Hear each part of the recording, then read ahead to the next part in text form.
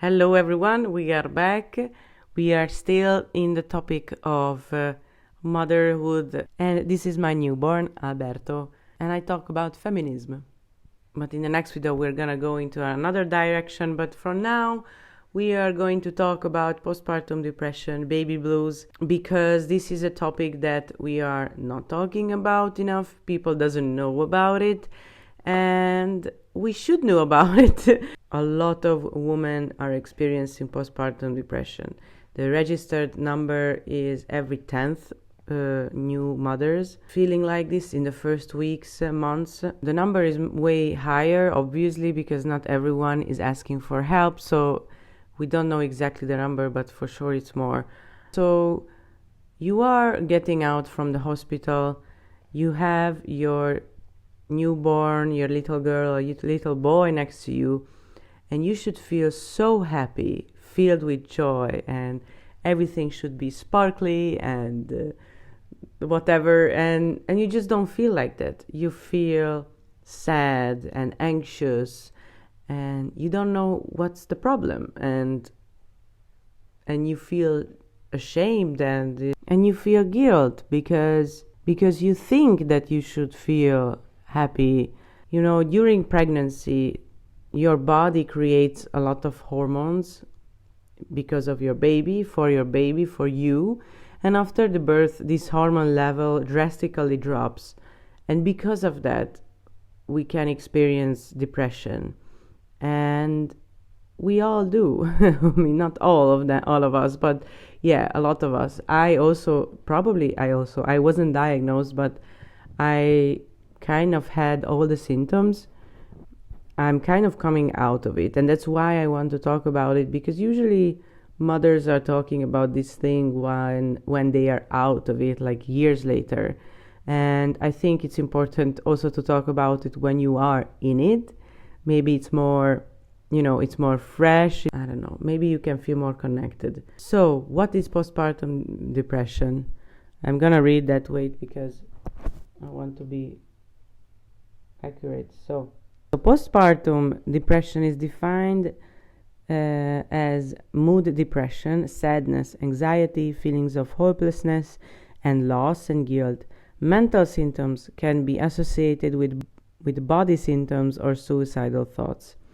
Being judged if you are not super happy, feeling guilty if you don't love your baby, feeling disconnected from your baby or from your husband, not able to sleep, unable to function, constant checking, suicidal thoughts in worst cases. So yeah, it kind of started, in the very beginning. I was really overwhelmed by so many thoughts and feelings, and on the top of that, I was dealing, like every one of us is dealing with a lot of physical pain. Doesn't matter if it was a natural birth or a C-section. You have a lot of scars that has to be healed, and you can't walk, you can't do anything, you can't even pick up your newborn. It was so heavy, like my C-section started to hurt so badly every time I finished changing his diaper, Alberto's diaper. My back hurted really, really badly during the night. He was sleeping with me, and I, didn't find the best position to feed him.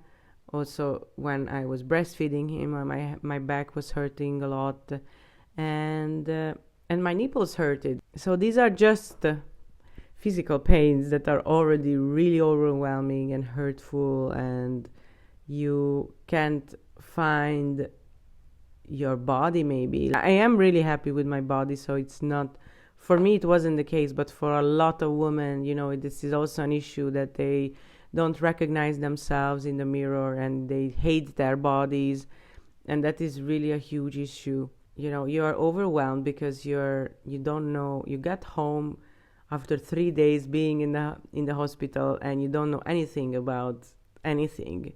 You don't know how to take care of a newborn. They are expecting you to know. That's why the system is so broken, because after 3 days of being in a hospital, they are expecting you to know everything and to handle another life while you are trying to recover from a traumatized birth, from recover from all your scars, and not sleeping, and your hormone drops, and all of this. They are expecting you to be okay and to move on and take care of another human being while you are so not fine in your head and in your body. And second of all, and that is not with every woman I know, but it was crazy that a lot of people started to come to visit us, like immediately, to see Alberto. And that is something that you don't do because I was so unstable mentally and physically. I was so unstable. I was crying every day, and they were just coming. They were just keep coming and saying, how are you? And you're so supposed to say, yes, I'm fine, but I was always saying, no, I'm really tired. And they were like, oh yes, it's like this. So that's the amazing thing of this, that even women who did experience this thing, they are not sensitive enough to understand to leave the new mothers alone. Like, you should leave them alone. It was so exhausting for me, and it was so difficult for me. And even if Mauro was at home in the first 10 days, I still felt miserable. During the night, I felt I can't sleep. I wasn't comfortable. I felt I'm like pushed out from the bed because I'm breastfeeding Alberto in the bed, so I don't have to, stand up and go out and, whatever. I can just give him my boob and, he eats, and then we can continue to sleep. But because of that, the bed was like, is too small for the three of us, or, so we were trying to understand how this works. And I felt I'm pushed out, and I just even pushed that, like, you have to stop moving, like you have to be still while you're breastfeeding. So you are like giving up your body completely. Of course you do, but it's really, really hard, because before that, that body was just yours. Like, I'm not able to make poo, like, and I know no one can who has a newborn. Like, you don't have time because you have to be with your baby 24/7. So you can't just leave your baby and then you go and, do your stuff, because he or she's going to cry immediately. So you have to, like, I kept Alberto on my shoulder on the toilet, because like, I can't go to poo, but I have to poo. The new fathers should also understand, and the father's life changed like kind of 20%. They are still able to go to work. They are still able to do anything what they want, and think about other things. But for a mother, 100% their life changes. You are completely thinking about him. And this also made me cry in the first couple of days, because I felt I totally lost Mauro. Like, I'm not, like, I remember there was one point I looked at him and I realized why I was looking at him, that it's been so long, like hours, that I looked at him. I missed him. And and it was really sad. So I felt like and I feel like, like I'm giving myself completely to this person, which is fine and it's right, but still everything happens from one day to another. Like, your life completely changes, and that is so hard in the beginning, and it is. I'm kind of, as I said, I'm kind of coming out from it. I start to get used to it, but it was so hard that all my freedom that I had before is gone. And for me, freedom is so important. I'm an artist, so I had normal jobs, like office job, and I hated it. It was a torture for me to be in one position all day, every day. And it was the same in school. Like for me, that is really a hard thing to do, and that I'm not, that I feel like, I felt like I'm in a jail. So I felt disconnected from Mauro and from him.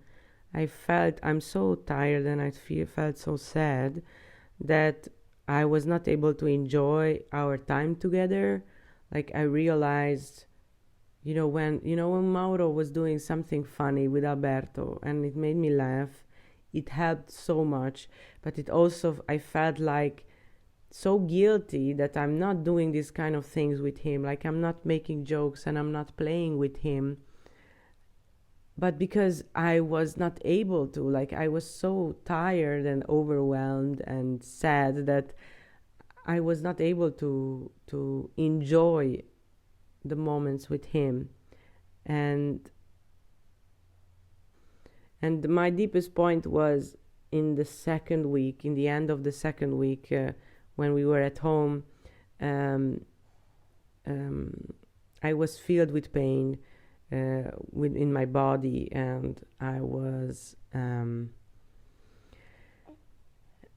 so tired and emotionally tired and drained. And we were at Mauro's mother's place, and I was breastfeeding him, and I realized that because of the pain in my nipples and my bleeding nipples, uh, I realized that I'm kind of shifting or delaying his feeding time, and that made me so guilty. I felt so guilty because of that I'm not giving my child food because of my pain, and I collapsed. Like I was devastated. And Mauro find out the nipple protector that I'm saying to every new mothers or pregnant woman or woman who wants to be mothers that they should definitely get one for the first couple of weeks while their nipples becoming a little bit stronger. So anyway, Mauro find out this nipple protector. So, and it was the late night, and we were like, okay, then we go to a pharmacy.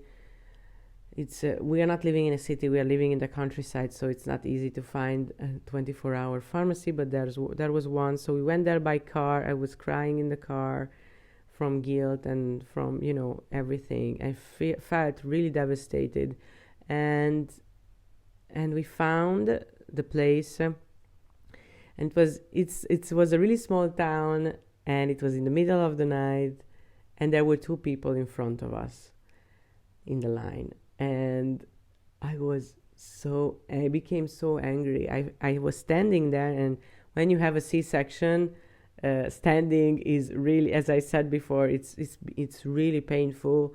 And so I was there with my bleeding nipples, with my C-section horrible pain, my back pain, and all these emotions, and I exploded. I started to not yell, but kind of like shouting in Hungarian in the street, because I was like so angry that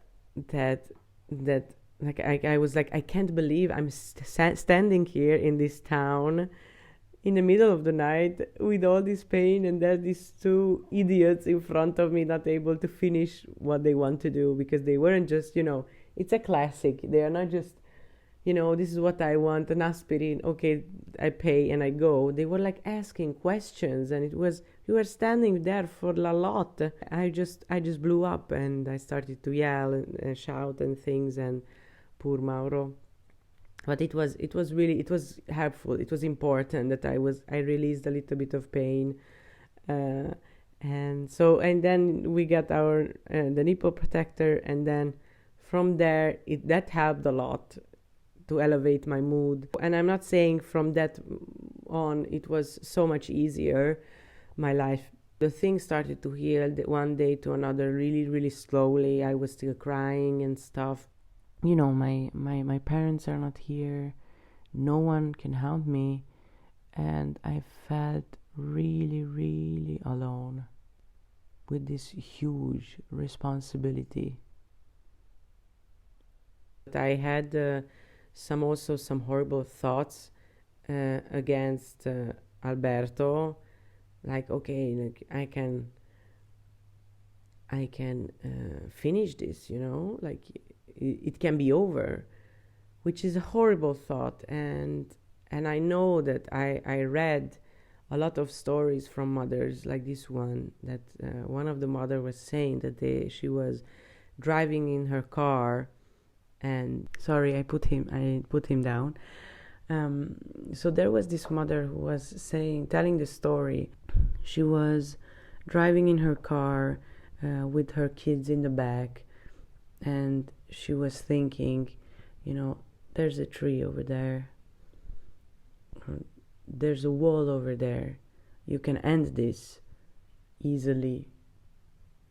And there was another woman who was sharing her story, that she was hiding in their wardrobe with her husband's gun in her head, and she stopped doing what she was doing because she heard her son calling for her.